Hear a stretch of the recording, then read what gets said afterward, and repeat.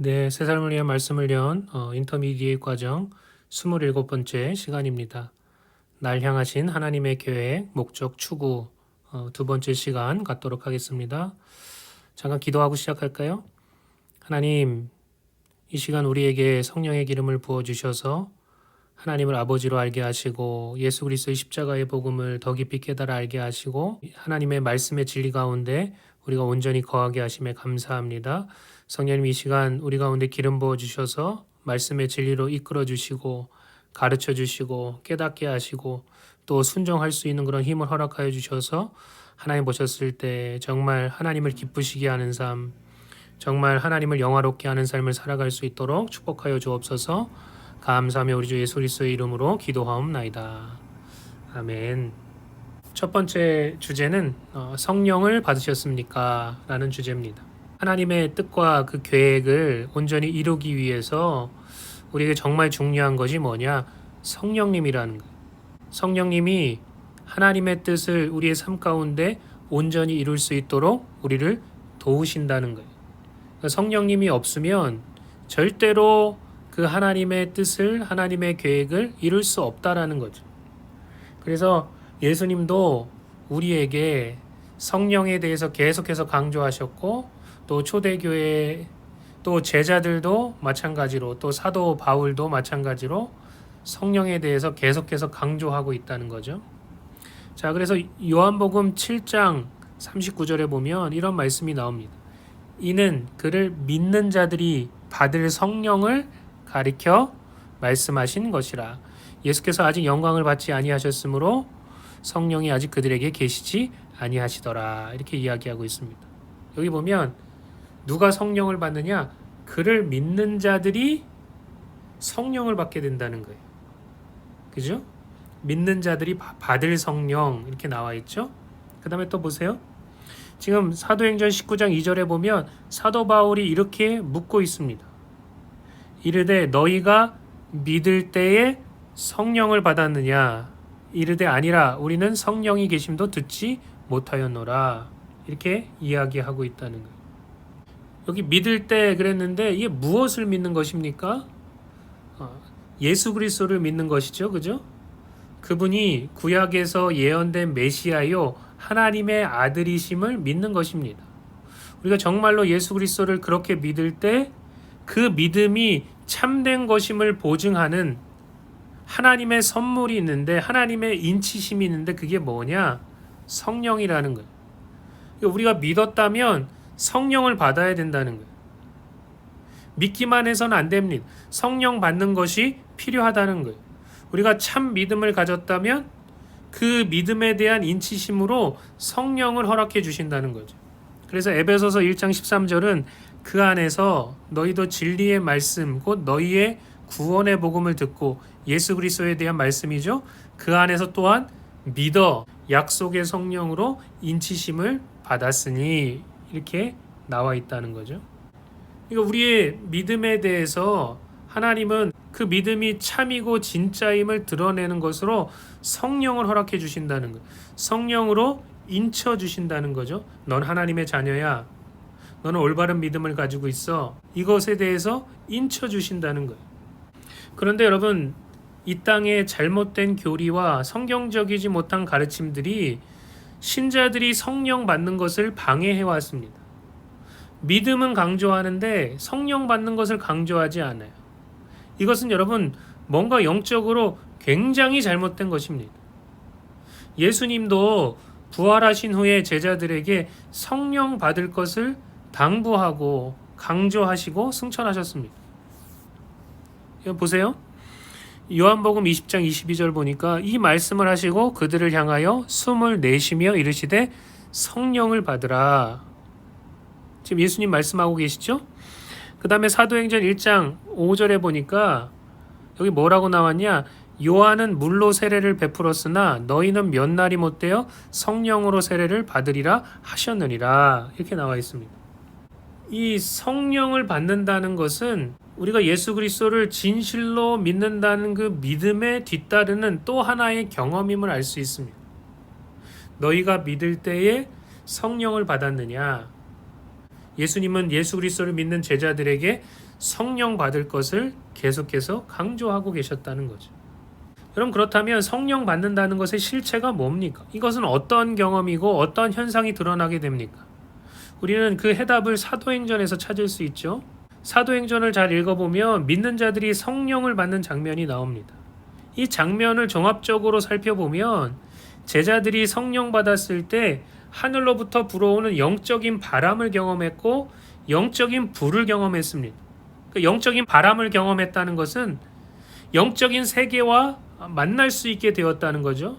또 영적인 불로 말미암아 뜨거운 믿음을 갖게 됐습니다. 뜨거움을 갖게 됐다는 거예요. 그때 그들 가운데 방언과 예언 같은 은사가 나타나게 됐고 이러한 경험들을 통해서 담대하고 능력 있는 그리스도인이 되었다라는 거죠. 여러분, 그래서 우리가 두 가지가 충만해야 되는데 뭐가 충만해야 되냐? 첫 번째는 믿음이 충만해야 되고요.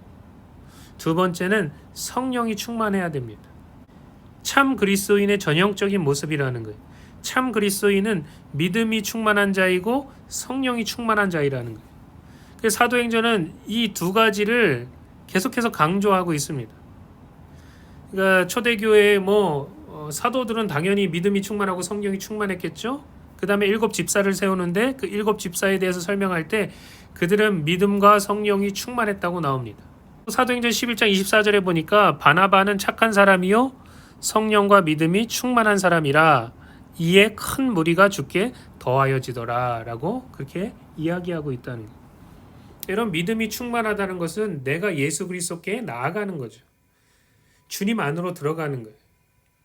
또 성령이 충만하다는 것은 예수님의 영이 내 안에 오시는 것을 말합니다. 내가 주님 안에, 주님이 내 안에. 그래서 온전히 하나 되게 될 때 이런 하나됨을 통해서 우리 앞에 놓여진 경주, 우리가 지난 시간에 우리 앞에 놓여진 경주가 뭐라 그랬습니까?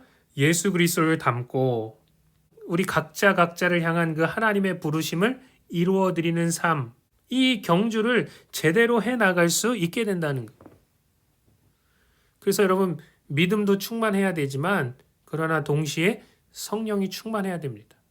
그래서 사도 바울은 우리에게 그렇게 묻고 있는 거예요. 너희가 믿을 때 성령을 받았느냐? 잘못된 가르침과 또 성경적이지 못한 교리들이 신자들이 성령 받지 못하도록 방해해 왔다라는 거예요. 그래서 여러분, 우리가 성경에 집중하고 성경이 우리에게 무엇을 얘기하는지 들을 수 있어야 됩니다. 이게 굉장히 중요하다는 거죠. 두 번째, 성령을 받았다면 그 성령 충만을 유지해야 돼요. 성령은 한 번 받고 끝나는 것이 아니라 계속해서 성령의 충만함을 받고 그 다음에 그것을 유지해야 됩니다.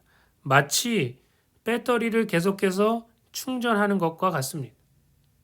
배터리가 방전되면 우리는 무기력해지고 아무것도 할 수 없습니다. 이게 영적으로도 마찬가지라는 거예요. 사도행전에 보면 성령 충만을 받는 역사가 한 번으로 끝난 것이 아니라 제자들이 계속해서 성령의 충만을 받았던 것을 볼 수 있습니다. 근데 재미있는 것은 육적인 술로 충만한 것과 성령으로 충만한 것은 꽤 많은 공통점을 가집니다. 왜 그러느냐? 성령으로 충만한 것은 영적인 술에 취한 것과 비슷하기 때문에 그렇죠. 제자들이 성령을 받고 방언으로 말하고 하는 이런 그런 광경을 많은 사람들이 목격하지 않았습니까? 그들이 뭐라고 얘기했냐? 또 어떤 이들은 조롱하여 이르되 그들이 새 술에 취하였다 하더라. 그러니까 여러분, 재밌는 것은 육적인 술로 충만한 것과 영적인 술, 성령으로 충만한 것은 공통점이 있습니다. 그러니까 제가 한번 이것을 정리해 봤는데 한번 보십시오. 첫 번째, 술을 마시면 사람들이 기분이 좋아지고 웃음이 자꾸 나오죠. 그죠? 그러니까 이 성령으로 충만하면 나타나는 첫 번째 증상도 기쁨이 넘친다는 거예요. 성령이 충만하면 심령에서부터 그 기쁨의 샘이 아주 마고 샘솟게 되어 있습니다. 두 번째, 술에 취하면 혀가 꼬입니다. 했던 말을 또 하고 했던 말 또 하고 반복합니다. 사람이 말이 많아져요. 성령으로 충만하면 마찬가지로 혀가 꼬입니다. 방언으로 기도합니다. 하나님을 향하여 말이 많아집니다. 물론 여러분 우리가 오해하면 안 되는 것은 뭐냐? 뭐 방언으로 기도한다고 해서 반드시 성령 충만한 것은 아닙니다. 그러니까 성령 충만 이꼴 방언은 아니라는 거예요. 그러나 성령으로 충만하면 보통 방언의 은사가 뒤따라오게 되어 있습니다. 그래서 사도행전 2장 4절에 보면 이렇게 나와 있죠. 그들이 다 성령이 충만함을 받고 성령이 말하게 하심을 따라 다른 언어들로 말하기를 시작하니라. 이렇게 이야기합니다. 세 번째, 술에 취하면 육적인 사랑이 역사합니다. 사람이 아주 사교적이 되고요. 더 나아가서 성적으로 실수할 확률이 굉장히 높아지게 됩니다. 술 마시고 사고 치는 사람들이 굉장히 많죠. 마찬가지로 성령이 충만하면 영적인 사랑의 역사에서 하나님을 사랑하고 이웃을 사랑하고 또 그들을 품어주고 용서하고 하는데 우리가 충만하게 된다는 거죠. 사랑이 충만해집니다. 네 번째, 여러분 술에 취하면 빈틈이 생기고 마귀가 역사하기 쉽다라는 거예요. 반면에 성령으로 충만하면 우리가 하나님을 향해서 열려 있게 되고 그리고 영적으로 굉장히 민감해지게 된다는 거죠. 다섯 번째, 술에 취하면 사람이 자꾸 잠이 오고 눕고 싶어지죠. 성령으로 충만하면 마찬가지로 하나님 안에서 안식하고 싶어진다라는 거예요. 여섯 번째, 술 취하면 인사불성이 됩니다. 판단력이 흐려집니다. 마찬가지로 성령이 충만하게 되면 여러분 그러면 안 되는데 사람이 교만해지고 위아래를 몰라볼 가능성이 굉장히 높습니다. 그래서 교회의 질서를 무시하고 마음대로 행동하는 그런 경우도 있다라는 거죠. 일곱 번째, 술 취하면 대범해집니다. 마찬가지로 성령으로 충만하면 담대해지죠. 쫄보였던 그런 제자들이 목숨을 내놓고 예수 그리스도의 이름, 예수 그리스도의 복음을 전파했다는 거예요. 사도행전 4장 31절에 보면 빌기를 다음에 모인 곳이 진동하더니 무리가 다 성령이 충만하여 담대히 하나님의 말씀을 전하니라 그랬습니다. 여덟 번째, 술에 취하면 노래가 나옵니다. 성령으로 충만하면 마찬가지로 시와 찬미와 신령한 노래가 그 입술로부터 나온다는 거예요.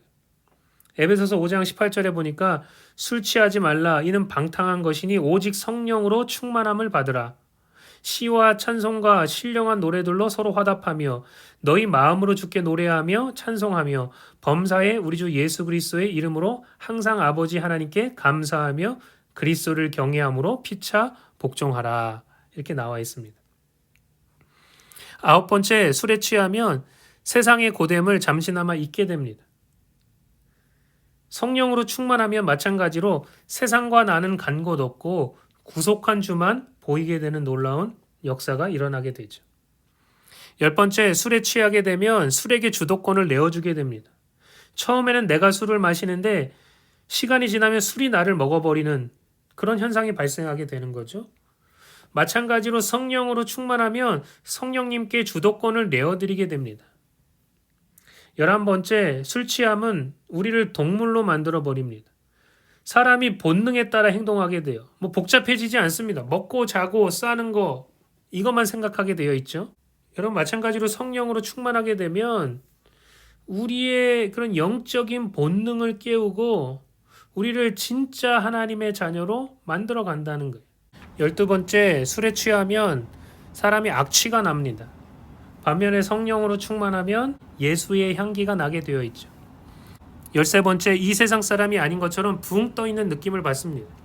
마찬가지로 성령으로 충만하면 우리가 영적으로 붕 뜨게 되죠. 그렇죠? 그렇다면 우리가 어떻게 해야 성령의 충만을 받고 또한 성령의 충만함을 유지합니까? 여러분 어떻게 우리가 성령의 충만함을 받습니까? 초대교회 교인들은 어떻게 성령의 충만함을 받았습니까? 우리 한국교회 믿음의 선조들은 어떻게 성령의 충만함을 받고 또 그 성령의 충만함을 유지했습니까? 그들은 모여서 기도했다는 거예요. 그들은 모여서 찬양했다는 거예요. 그들은 모여서 진리의 말씀을 들었다는 거예요. 간단하지 않습니까? 그러나 이것보다 더 중요한 것은 없었다는 거예요. 기도하고 찬양하고 말씀에 집중하고 이것이 바로 우리의 영적인 충전소가 되어서 우리의 영적인 배터리를 충전할 수 있다라는 거죠. 데살로니가전서 5장 16절부터 22절에 보면 이런 말씀이 나옵니다. 우리가 잘 아는 말씀이죠. 항상 기뻐하라. 쉬지 말고 기도하라. 범사에 감사하라. 이것이 그리스도 예수 안에서 너희를 향하신 하나님의 뜻이니라. 성령을 소멸하지 말며 예언을 멸시하지 말며 범사에 헤아려 좋은 것을 취하고 악은 어떤 모양이라도 버리라. 이렇게 이야기하고 있습니다. 여러분, 반대로 어떻게 성령은 소멸되는가? 이 데살로니가전서 5장 말씀에 보면 그 답을 얻을 수 있어요. 예수님께서 주신 그 기쁨을 놓쳐버리고 기도를 쉬게 되고 삶 속에서 감사를 놓치고 불평하게 되고 은사를 멸시하고 소홀히 여기고 악은 어떤 모양이라도 버려야 되는데 버리지 못하고 조금이라도 그런 죄와 악을 소유하려고 할 때 그때 성령은 소멸된다라는 거죠. 그러니까 지금 현대 한국교회 가운데 왜 성령의 충만이 소멸되고 있는가? 그에 대한 답은 간단하다는 거예요. 모이질 않아요. 모여서 기도하는 시간이 없습니다. 찬양을 하는데 아주 멋지게 음악은 아주 수준이 높아졌을지 모르지만 진짜 영적인 찬양, 진짜 사람을 보는 것이 아니라 하나님께 드리는 찬양이 정말로 있는가? 정말 진리의 말씀이 제대로 전파되고 있는가? 이런 기도와 찬양과 말씀이 어우러진 집회를 통해서 우리 믿음의 선조들이 성령의 충만함을 받고 계속해서 성령의 충만함을 유지했다는 사실을 우리가 잊어서는 안 됩니다. 절대로 모이기를 패하는 그런 습관을 버려야 됩니다. 세 번째, 성령의 인도하심을 따르는 삶. 우리가 성령의 인도하심을 따르는 삶에 대해서 배웠습니다. 그래서 여기서 뭐 자세하게 다룰 수는 없고요. 간단하게 넘어가도록 하겠습니다. 우리는 부족하고 연약하기에 하나님의 뜻을 이루고 하나님께서 주시는 길로 걸어가려면 성령의 도우심이 절대적으로 필요하다는 거예요. 요한복음 16장 13절에 보니까 그러나 진리의 성령이 오시면 그가 너희를 모든 진리 가운데로 인도하시리니 그가 스스로 말하지 않고 오직 들은 것을 말하며 장래일을 너희에게 알리시리라. 이렇게 이야기하고 있습니다. 성령께서 우리를 모든 진리 가운데로 인도하신다는 거예요. 올바른 길, 하나님의 뜻이 있는 길, 정말 하나님의 계획을 이루는 길로 우리를 인도해 가신다는 거예요. 성령님만이 예수 닮는 길이 어떠한 길인지를 아시고 또 성령님만이 우리 인생을 향하신 하나님의 뜻을 이루는 길이 무엇인지를 정확하게 알고 계신다는 거예요. 그래서 여러분, 그리스도인들은 하나님의 자녀로서 반드시 성령의 인도하심을 따라서 걸어가는 자들이 돼야만 한다는 거죠. 우리가 철저하게 성령의 인도하심을 따라 걸을 때 우리는 하나님께서 우리에게 주신 그 목표에 도달할 수 있게 된다는 것입니다. 자, 네 번째, 영적인 길의 방해물입니다. 우리가 걸어가는 영적인 길에는 방해물들이 있어요. 첫 번째는 뭐냐?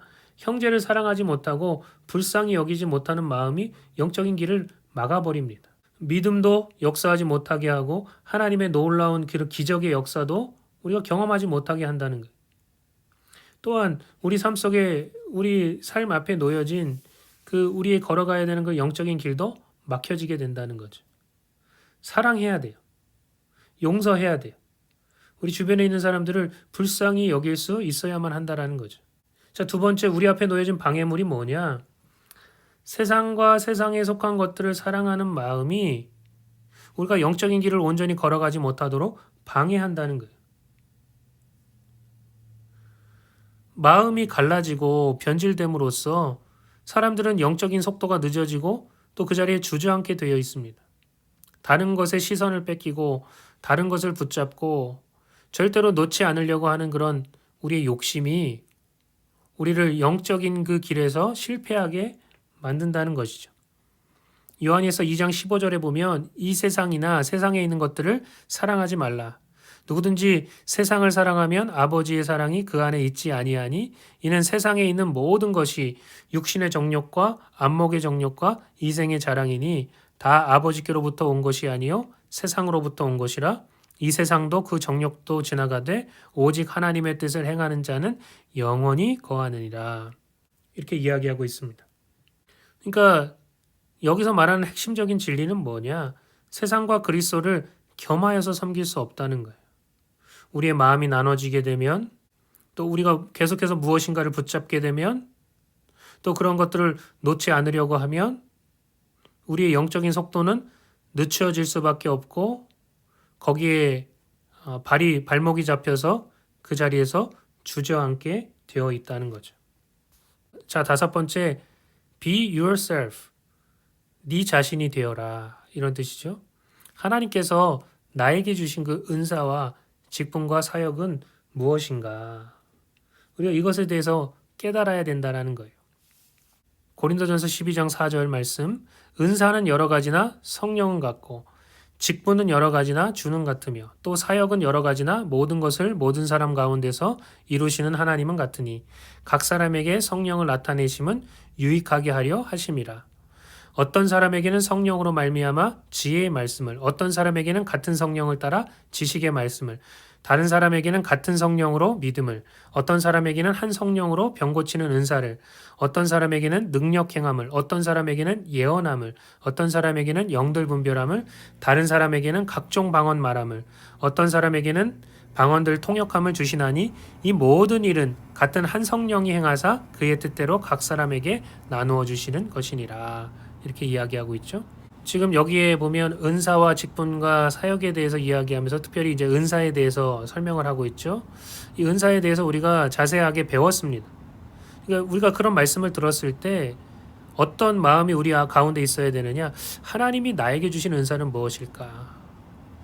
그러면서 그것을 위해서 기도해야 됩니다. 하나님, 정말 하나님께서 나에게 주신 은사는 무엇입니까? 내가 무엇을 가지고 하나님을 섬겨야 됩니까? 내가 무엇을 가지고 교회와 또 성도들을 섬겨야 됩니까? 내가 무엇을 가지고 세상을 섬겨야 됩니까? 여러분, 이런 것들을 통해서 우리가 그것을 발견할 수 있어야 된다는 거예요. 그런데 여러분, 이 은사라는 것은, 또 직분이라는 것은, 사역이라는 것은 다 다릅니다. 하나님의 뜻대로 각 사람에게 나누어 주시는 거예요. 그래서 여러분, 어떤 이의 은사와 또 직분이 또 사역이 아름다워 보이고 그것을 담고 싶고 그런 것들을 사모하고 취하고 싶다 할지라도 여러분은 그 사람이 될 수는 없습니다. 만약에 제가 목회자로서 굉장히 유명한 목사님을 닮고 싶고 또 그분 가운데서 역사하는 그런 은사나 직분이나 사역을 취하고 싶다 할지라도 그렇게 될 수 있는 게 아닙니다. 제가 예전에 한 11년 전에 대전에서 사역할 때가 있었습니다. 그때 그 같은 지방에 한 목사님이 계셨는데 이분이 참 재밌는 게 말투와 모든 행동을 윤석전 목사님을 똑같이 따라 하더라고요. 아마 뭐 윤석전 목사님이 굉장히 존경스럽고 또 따르고 싶었던 모양이죠. 그런데 이분이 아주 그 말투, 행동, 마이크 이런 것까지 똑같이 따라 하더라고요. 자기에게 주시는 은사와 직분과 사역이 있는데 그런 것들을 좀 개발하고 또 정말 본질에 집중해야 되는데 물론 그분이 뭐 말씀을 잘 못 전하시거나 본질에서 벗어났다 이런 이야기를 하는 건 아닌데 제가 그 모습을 보면서 자기 자신을 개발해야 되실 텐데 그 하나님께서 주시는 은사와 직분과 사역이 있을 텐데 하는 그런 마음이 저에게 들었다는 거예요. 여러분, 조용기 목사님은 전 세계에서 가장 유명하신 분이죠. 제가 미국에 있으면서 크리스천 친구들을 만나고 크리스천 목회자들을 만나면 꼭 조용기 목사님을 묻습니다. 그 정도로 아주 대단한 분이라는 거죠. 조용기 목사님이 가지신 은사와 직분과 사역이 너무나 대단한데 내가 그거를 그대로 카피해가지고 한다. 그런 일은 있을 수도 없는 일이고 있어서도 안 되는 일입니다. 우리는 각자가 고유의 부르심을 가지고 있고 다른 사람처럼 될 수도 없고 다른 사람처럼 되려고도 해서는 안 됩니다. 물론 우리가 본받아야 될 점들은 우리가 본받아야 되겠죠. 우리가 겸손한 마음을 가지고 잘 배워야 됩니다. 그러나 명심해야 될 것은 뭐냐? 우리 각자에게 주신 그런 은사와 직분과 사역이 있다는 거예요. 부르심이 있다는 거예요. 고린도전서 12장 29절 부터 보면 이렇게 나와 있죠. 다 사도이겠느냐, 다 선지자이겠느냐, 다 교사이겠느냐, 다 능력을 행하는 자이겠느냐, 다 병 고치는 은사를 가진 자이겠느냐, 다 방언을 말하는 자이겠느냐, 다 통역하는 자이겠느냐. 너희는 더욱 큰 은사를 사모하라.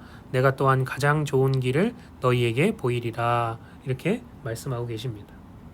그러니까 여러분, 자기 자신의 그 부르심을 발견하고 훈련하고 발전시켜서 하나님의 쓰시기에 합당한 일꾼이 되어야 된다라는 거예요. 어떤 은사나 직분이나 사역이 필요할 때 준비된 사람이 그 시간 그 자리에 있다라는 것은, 여러분, 이것은 놀라운 축복입니다. 근데 문제는 어디 있냐? 어떤 은사가 필요할 때 그 은사를 가진 사람이 없는 게 문제예요. 어떤 제대로 된 그런 직분자가 필요한데 그렇게 준비되고 훈련된 그런 직분자가 없는 게 문제라는 거예요. 우리 가운데 어떠한 사역이 필요할 때 그 사역에 있어서 준비되고 헌신된 사람이 그 자리에 없기 때문에 문제가 된다라는 거죠. 우리가 어떻게 준비해야 되겠습니까? 6번째, 무엇이 당신을 영적으로 진급시킵니까? 하나님은 누구를 쓰시는가 하는 것이죠. 하나님은 우리가 완벽하게 다 준비되어야 쓰시는 분이 아닙니다. 많은 사람들이 착각하는 것 중에 하나가 뭐냐? 하나님은 어떤 사람이 완벽하게 다 준비가 돼야 쓰신다고 착각하는 거예요. 여러분, 하나님은 그렇게 역사하시지 않습니다. 왜냐하면 완벽하게 다 준비되어야지만 쓴다면 하나님의 일이 이루어질 수가 없습니다. 그렇게 완벽하게 준비된 사람이 많지 않기 때문에 그렇습니다. 하나님은 쓰시면서 계속해서 훈련시키시고 다듬어 가신다는 거예요. 여러분, 군대에 보면 계급이라는 게 존재합니다. 그렇죠? 이 계급의 차이는 너무나도 명확하죠. 우리가 사병으로 복무할 때도 마찬가지고, 여러분, 더 나아가서 우리가 장교로 복무하면 이것이 얼마나 중요한지를 깨닫게 됩니다. 계급이 높아질 때마다 커다란 책임과 의무가 따릅니다. 또한 나라에서 대우해 주는 것도 계급이 높아지면 높아질수록 완전히 차원이 달라진다는 거예요. 제가 장교로 복무하면서 중위에서 대위로 진급하고 그리고 제대했는데, 이 한 계급 진급하는 것도 너무나도 정말 기쁘고 행복한 일이더라고요. 나라에서도 대우하는 게 달라지고요. 또 여러분, 부대에서도 대우하는 게 달라집니다. 그런데 생각해 보세요. 이 다이아몬드가 무궁화를 달면 얼마나 또 달라질까요? 무궁화가 별을 달면 또 얼마나 달라질까요? 마찬가지로 영적으로도 진급하는 것이 있다라는 거예요. 그렇다면 뭐가 도대체 우리를 영적으로 진급시킨다는 거죠? 하나님께서 들어쓰시는 기준이 있습니다. 첫 번째, 뭐가 필요하냐? 정결함이 필요하다는 거예요. 디모데후서 2장 20절에 보니까 큰 집에는 금그릇과 은그릇뿐만 아니라 나무그릇과 질그릇도 있어 귀하게 쓰는 것도 있고 천하게 쓰는 것도 있나니 그러므로 누구든지 이런 것에서 자기를 깨끗하게 하면 귀히 쓰는 그릇이 되어 거룩하고 주인의 쓰심에 합당하며 모든 선한 일에 준비함이 되리라. 이렇게 이야기하고 있습니다. 여러분, 하나님이 사람을 쓰시려고 하실 때 하나님은 거룩하시고 깨끗하신 분이시기 때문에 자신의 뜻을 드러내려고 하는 도구가 만약에 더럽거나 추하면 안 된다라는 거예요. 그래서 하나님은 웬만해서는 정말 깨끗한 사람을 쓰시려고 합니다. 근데 우리가 우리 주변을 보든지 아니면 역사를 잘 살펴보면 이 사람이, 하나님의 종이 하나님의 영광을 가리는 경우도 우리가 종종 보게 되지 않습니까? 때로는 우리가 이해가 안 되는 부분이 하나님의 종들이 참 온갖 더러운 짓을 하고 다녀도 하나님께서 그냥 내버려 두시는 것처럼 느껴질 때가 있습니다. 왜 그럴까요? 먼저는 하나님의 은사와 부르심에는 후회하심이 없다는 거예요. 하나님은 돌이키시지 않습니다. 하나님께서 그 은사와 부르심을 주셨다면 그것을 거둬가시지 않는다는 거예요. 그러니까 하나님의 종으로 쓰임받는다는 사람들이 하나님의 일을 계속해서 하면서도 더러운 짓을 하는 이유가 바로 거기에 있습니다. 또한 여러분, 그 사람에게는 하나님께서 마지막으로 돌이킬 수 있는 기회를 주시는 것인지도 모릅니다. 만약에 돌이키지 않는다면 그들에게는 더 큰 심판과 징벌이 임하게 되어 있다는 거죠. 하나님의 오래 참으심을 멸시해서는 안 된다라는 거예요. 자, 두 번째, 하나님께서 들어쓰시는 기준이 뭐냐? 착함과 충성입니다. 착함과 충성. 주인이 보았을 때 누구에게 일을 맡기느냐? 착하고 충성된 종에게 일을 맡깁니다. 착하고 충성된 종이란 뭐냐? 주인 앞에 거짓이 없어야 돼요. 그리고 주인의 것을 탐해서는 안 됩니다. 그리고 맡기신 대로 명령이 떨어진 대로 최선을 다해서 충성하는 자를 주인은 쓰게 되어 있습니다. 그래서 충성을 다른 말로 하면 신실함이다 이렇게 말할 수 있습니다. 고린도전서 4장 2절에 보니까 그리고 맡은 자들에게 구할 것은 충성이니라 이렇게 이야기하고 있죠. 그러니까 우리가 하나님 보셨을 때 믿을 만한 사람, 신실한 사람이 되어야만 한다라는 거예요. 또 여러분 마태복음 25장 21절에 보면 이런 말씀이 나옵니다. 그 주인이 이르되 잘하였도다 착하고 충성된 종아 내가 적은 일에 충성하였으면 내가 많은 것을 내게 맡기리니 내 주인의 즐거움에 참여할지어다 이렇게 이야기하고 있습니다. 지금 여기 보니까 영적인 진급에 대한 이야기를 하고 있죠. 네가 적은 일에 충성하였으면 내가 많은 것을 내게 맡기리니 이렇게 이야기한다는 거예요.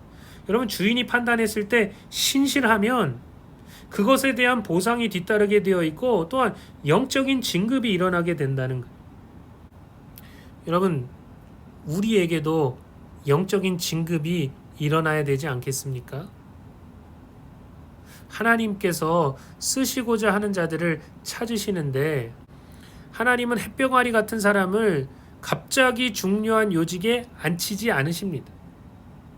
그러나 여러분 하나님은 사람을 어떻게 쓰시는가? 신실한 씨앗을 가지고 있는 사람을 작은 일부터 시작해서 계속해서 더 큰 일들을 맡겨가시면서 그를 키워가신다는 거예요. 이게 하나님께서 일하시는 방식이라는 거죠. 그렇다면 여러분 우리에게 정말로 필요한 것이 뭐냐? 여러분은 정말 영적으로 진급하고 하나님께 상급을 받는데 관심이 있으십니까? 정말 하나님의 뜻을 이루어드리고 주님 앞에 칭찬받는 것을 여러분 육적인 세계에서도 마찬가지고 영적인 세계에서도 부익부 빈익빈 현상이 아주 뚜렷하게 드러나게 되어 있습니다. 가진 자는 더 가지게 될 것이고 없는 자는 그 있는 것마저 빼앗기게 되어 있다라는 거죠. 우리는 계속해서 이 단계를 밟아가면서 영적으로 진급해야 돼요. 하나님 앞에 정말 상 받기를 사모하며 나아가야 된다라는 거죠. 어떤 부분에서 영적으로 진급해야 됩니까? 예수 그리스도를 알고 그분을 사랑하고 그분을 닮아가고 그분의 길로 걸어가는 데 있어서 영적으로 계속해서 진급해야 됩니다. 또한 여러분 우리는 은사에 있어서 영적으로 진급해야 됩니다. 내 안에 주신 그 은사들이 계속해서 불일듯이 일어나야 돼요. 제가 은사에 대해서 가르치면서 여러분 모든 그리스도인들에게 기본적으로 주어져 있는 은사가 있다고 했습니다. 이런 모든 것들이 우리 가운데 하나하나씩 드러나야 된다는 거예요. 여러분 사람은 영적인 세계와 접촉하게 됐을 때 어떠한 영적인 경험을 하게 됐을 때 하나님께로 더 가까이 나아갈 수 있게 됩니다. 우리가 영적인 것을 세상 사람들에게 보여주지 않는다면 그들은 하나님께로 돌아오지 않는다는 거예요. 그래서 여러분 우리는 은사가 필요하고 능력이 필요합니다. 여러분 우리가 직분에 있어서도 마찬가지입니다. 어떠한 직분을 받았을 때 그 직분에 있어서 발전된 모습을 보여야 된다는 거예요. 10년 전의 목사로서의 저의 모습과 지금 현재의 목사로서의 저의 모습과 10년 후의 목사로서의 모습이 계속해서 발전하고 훈련되어서 정말 하나님께서 쓰시기에 합당한 그런 도구로 준비되어야 한다라는 거죠. 또 여러분 사역도 마찬가지입니다. 하나님께서 부르신 사역들이 있어요. 그런 사역에 있어서 우리가 훈련되어야만 합니다. 만약에 제가 이제 가르치는 사역을 하나님께서 맡겨주셨다 한다면 그 가르치는 사역에 있어서도 여러분 우리가 발전하고 훈련되고 진보가 있어야 된다는 거예요. 그러나 우리가 이런 것에 관심이 없으면 우리에게 주어진 은사도 빼앗기게 되고 우리에게 주신 성령도 소멸하게 될 것이고 우리에게 주신 직분도 참 우스운 그런 직분이 되고 말 것이고 우리에게 맡겨주신 그런 사역들도 전혀 우리 가운데 드러나지 못하는 전혀 발전되지 못하는 그런 일이 우리에게 발생되게 되어 있습니다. 그러므로 우리가 어떻게 해야 되겠습니까? 예수 그리스도를 닮고 하나님의 부르심을 이루어드리는 일에 정말 전심전력해서 충성하시기를 예수님의 이름으로 축복합니다. 네, 오늘은 여기까지 하도록 하겠습니다.